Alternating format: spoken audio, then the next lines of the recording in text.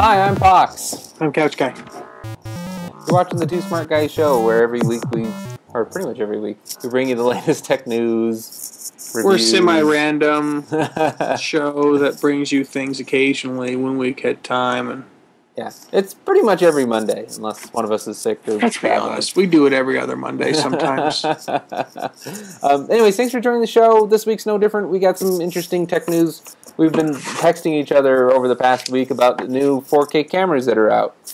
And unless you've been living under a rock or don't care, which is completely acceptable. We accept people who don't care all the time. The 4K Blackmagic camera is now shipping, and surprise of surprises, it's $1,000 cheaper than the original list price, which in the entire record of me paying attention to cameras, which is probably about 15 years worth, I don't think that's ever happened. No, that's weird. Like, we're shipping it, and it's $1,000 less. It's like, sorry. Or in my viewpoint, I'm like, why? Why are they selling it at fire sale prices? And it's not that I think there's anything wrong with the camera. You know what they want? They want everybody to take it to NAB. That's true. It's shipping, and they want everybody to be out there on the floor with it. And they're like, ooh, look at our new 4K camera. Yeah, and then they're going to drop like a 12K camera. And then we're all going to go, the data! Yeah, so quick summary of 4K. So essentially, we're covering both 4K and Quad HD, which are... We're not making a difference in this. I'll tell you when they're different, but right now, 4K cameras implies both Quad HD and true 4K. They're pretty similar resolution-wise, but aspect ratio, they're different, correct? Yeah. And so, Quad HD is what they're going to consider the broadcast HD. Most of your TVs are going to fall into that lump. And then the real true 4K is the 4,000 plus pixels instead of 1396 or 3,960, whatever it is. So the Oakley guy was really pushing 4K. Like, it's almost been 10 years now that he's been pushing it, right? Since the first Red camera. Yeah. Well, he's been pushing ever since they got through 2K. As soon as they hit 2K, they were like, "We want 4 and 6 and 16." So he promised that he'd have an affordable 4K camera for $4,000 6 or so years ago, right? With the the original promise was a Scarlett 3K for 3K. Oh, okay. And that was because they were at that point 2K was just getting to 4K in certain terms of red, I believe. And so 3K was that hope to get a little bit better than 2K, which is just a tick above HD. And do it for a really cheap price, which never came through. No, but in the way that they wanted. They basically ended up making their the Red 1, which eventually became the Red Epic, right? And then, that transferred it. That was the next iteration. It was a Red Epic. And basically, the reject chips became the Red Scarlet. I don't know if I'll go that far. I don't want the Red Army after me. But the slightly stepped down version of the Red is the Scarlet. It doesn't shoot as many frames per second and whatnot.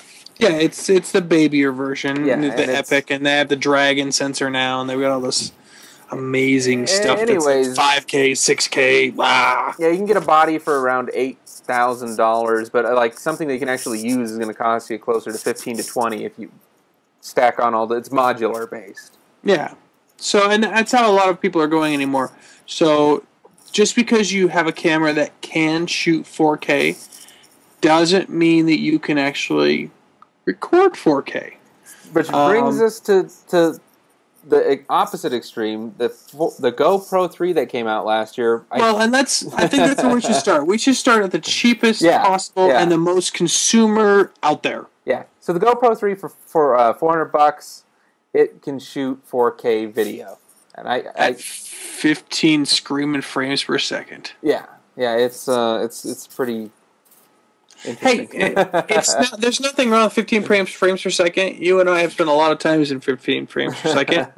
Most of what you see on YouTube and otherwise was originally in some sort of 15 frames per second mode. If you're trying to shoot something that you're trying to speed up later, or you can interpolate with After Effects or whatever, it does. It gets the job done. It gets the job done. it's nowhere near what you would say optimum performance from what you would want for a camera. That came out last November. But we expect to see a GoPro 4, which I guess is reported to have 4K. And the rumor is 120 frames per second, so you can do slow-mo with it. Rumor. I bet you that thing burns through batteries like a monster. I think it's going to get hot. But everybody loves GoPro, and, you know, if you can put it in the barrel scene in The Hobbit, why not put it in everything? Sure, why not? There was another movie I was watching where they had it inside of... oh, no, it was The Walking Dead. It was The Walking Dead. They were showing behind the scenes, and they're putting... like GoPro to go through some zombies or something like that. Like a first-person perspective. Gotcha. The next ones, I think these are both phones, aren't they? Yeah. So there's the Galaxy Note 3, which came out this fall, that shoots in 4K. Which, okay. Yeah, why? But okay, sure, why not? I mean, apparently a lot of the phone sensors are, you know... what is it, 8 megapixels or higher, which is what 4K is essentially, right? I think so. It's about around-ish. Keep track of megapixels. Anyways, so the sensor can do it. It's just a matter of can the processor do it and the storage and everything else. So they've managed to make a Kodak that could do it. I think it's at 35 megabits, which is really low for 4K. So if you're holding the camera still and there's not a lot of motion going on, it looks gorgeous. So still, and it's also a very tiny sensor, so you know everything's in focus. Everything's in focus, and it has horrible low light capability, but it is 4K in a cell phone. Yeah, and that qualifies as 4K, which we don't really think is that 4K, but it's 4K. It's 4K. It does it at 30 frames a second, or maybe it's just 24 frames a second. It might just be 24 frames. It might just be 15. It's probably 30 frames per second. I think it was 24 or 30. A lot of these cheaper things only do 24 frames at 30 or at 4K. Which is such a weird thing for those of us who've been in production for a little bit, because 24 was like that mystery nirvana that never seemed to ever happen, and then one day someone flipped a switch and they're like, everything's in 24p. Yeah, well, they figured out that they can, if they lower the frame rate, they can get more... better data. Yeah, a clearer image out of, or better resolution or whatever. If they don't waste it on duplicating frames, they can cram it in other ways. Yeah. So, and then apparently LG just announced that they're coming out with a regular-sized phone instead of a phablet that's going to shoot 4K.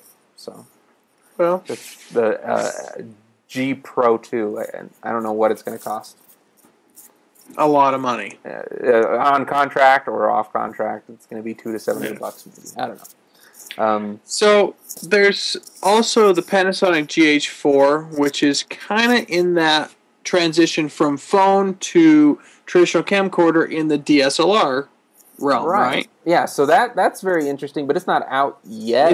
It's rumored. Has it been announced, or is it just rumored? They have footage. They have like a cool video you can watch on Vimeo. Okay. I wasn't sure whether or not it was just because I remember it rumored, but I hadn't seen the announcement. So they have footage of it, and it looks good. I mean, the footage looks good. And of course, they went to the Philippines or wherever, and they're shooting like flamingos and dancers and really fancy cities and things.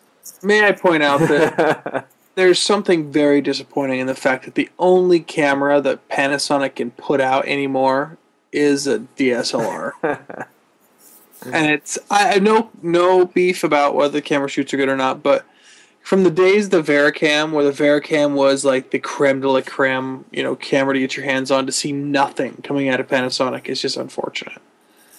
I think that we'll see some at NAB. I think we'll see some, production level 4K cameras coming out of Panasonic. If not, my official write-off is done. Because I've been waiting for 2 years to see something come out of them, and the only thing is with the the AF100. So, off my tyrant into let's see. What do you think? Canon or Sony? Let's do all the Sonys in one big block, because Sony probably has the biggest chunk of 4K cameras. So skip over to Canon then? So let's just do Canons now, and we'll just do the Canon's offerings. So in the DSLR thought process, this is probably the first 4K camera as far as Canon's offering, which was the 1D, or the D1, sorry. Yeah. So It's a little bit more expensive. That Panasonic's rumored to be around $2,000 when it comes out. The shipping Canon's $12,000. Yeah, well, the D1 is a monster machine, and anyone who's done major photography work knows the D1. It's a workhorse. It is one of the few cameras that can actually record 4K on a compact flash. It was the first one, I think, that recorded on a compact flash, and I think it's the only one that only way to record 4K from a Canon camera is on the D1. Yeah, it's the only one right now. That's the only Canon camera that does. Yep. And then that's the SLR version. Then they have the Canon C500, which we all drool over, but in reality, it can shoot 4K, but it can't record 4K. So if you want to record 4K, you have to buy another unit, which runs you between $2 to $16, $20 depending on what you want to buy. Yeah, so Sony even did that. Some of their first stuff, which we'll get into on the Sony. You got to buy the backpack to do the 4K. There's like I can't. One day we'll have to like go over like the different recording options we can go into for these things because there's all kinds of things. The one thing that is in Canon's credit is that they put out a raw signal via dual HD-SDI ports, but no, like it needs to be debared. It needs to have all this stuff done to it. It pumps out raw on those, which a lot of cameras don't necessarily do, or hadn't done. So, let's say Sony. All right, so Sony likes has 4K. What? Four. I think we can count 4 legitimate 4K. There are actually some more. There's some more consumer ones that are really cheap, like $2,000. But we started at what they're considering the prosumer version, which is the AX1, and it's $4,500. It's quad HD. It shoots a higher compression ratio on the cards than if you bought the next tier up, which is the Z100, which is $5,500, and the Z100 shoots a full 4K. So that's the only, one of the big differences between the two. They are both technically 4K cameras, but they do shoot a different resolution. Yeah. The consumer and the prosumer, basically. Yeah. It's what they're... And then from there, you probably go to the F700, which is an 8K, 8K price range for that. So you're going to pay $8,000 for the camera. But if you want to record 4K on it, you're going to have to pony up $4,000 or $5,000. Yeah, that's the freight train camera, right? Where it's a little square box. It starts this big. And when you add, actually, it's about this big. And when you start adding to it, it gets to be about this big. The lenses go out on the front side, and then your recording modules on the back, and your batteries. And it's almost comical. Okay, it is comical. There's footage of it in the CES episode, but it is ridiculous. They purposely set it up to show how ridiculous you could get it. And it was like as long as my table here. It was just ridiculous. It's terrible. But you end up paying roughly $13,000 to $15,000 if you want the 4K version of it. So if you're going to pay $13,000 to $15,000, that's a lot of pony. But if you've already dumped into the F700, it's a nice incremental change. From there, you just get the big guns out and you just go straight to the F55. Which $29,000 bare bones, no lens, no recording, no viewfinder, nothing. You can record 4K compressed to the F55. If you want RAW, then you have to go to the recording back, the same back that you would have to put on the F700. So, and that's another $5,000 or $6,000, and then you got a couple $1,000 for a viewfinder, and who knows what on lenses. So, but you can record it on this camera. Then, the camera we spoke about in the beginning, the Blackmagic production camera, 4K, which shoots quad HD for $3,000 to a solid state drive. It uses regular Canon EOS lenses, and it's got a global shutter in it, which we've done episodes on rolling shutter before. There's only 2 cameras in this list. No, 3. No, 2 cameras, sorry, and they have a global shutter. The Blackmagic camera and the F55. Or a $5,000 add-on for the red. I think it's either $4,000 or $5,000 add-on. Yeah. So I don't know. The Z100 might. I don't think it does. I don't think it has a global shutter. I think it's just the F55 that has a global shutter because it's a big deal. Yeah. Global shutter. Yeah, because that's what gives you the jello-ish look, and even the red has it really bad. Yeah, and it's. I've seen some testing on the F55 compared to the other cameras that are out there, and its global shutter is fantastic. And I've seen some video. It's a mechanical one, right? It's a mechanical one in those. I think so, yeah. And I've seen some video on the Blackmagic one where people are trying to, show you the differences on it, and it's significant. The difference it makes, because it makes a nice motion blur blocking versus the bent line. We've done plenty of shows dealing with jello shutter and and that kind of stuff. So, but yeah, the $3,000 for a real 4K like DSL style camera where you get the depth of field and the really big deal is it shoots RAW and ProRes, which RAW or ProRes or Avid DNX. In 4K, and I don't know whether or not you can shoot RAW in HD, but you can shoot. It's just a regular SSD cards. You don't have to buy some special proprietary media or anything like that. SSD hard drives. So yeah.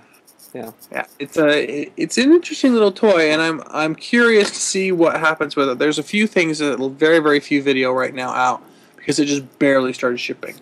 I'm tempted to go see if I can get my hands on one to rent one for a little while, but. It'd be kind of fun to play with. Cool. All right, well, thank you for joining. I got a call coming in. People are calling you. Yeah, there's somebody out at a water tower right now that needs some help. Help me! But please stay tuned. Watch our show every Monday or so. Please subscribe. That's the easiest way to make sure you get all the new episodes. Yep, right down the bottom. And you can follow me at Walking Crow on Twitter. And I'm at Tommy5C. And we'll cover some more stuff like actual TVs next time or something. Hey, there you go. Hey, you gotta shoot something. You gotta watch it on something. See you guys. This has been a Two Smart Guys production.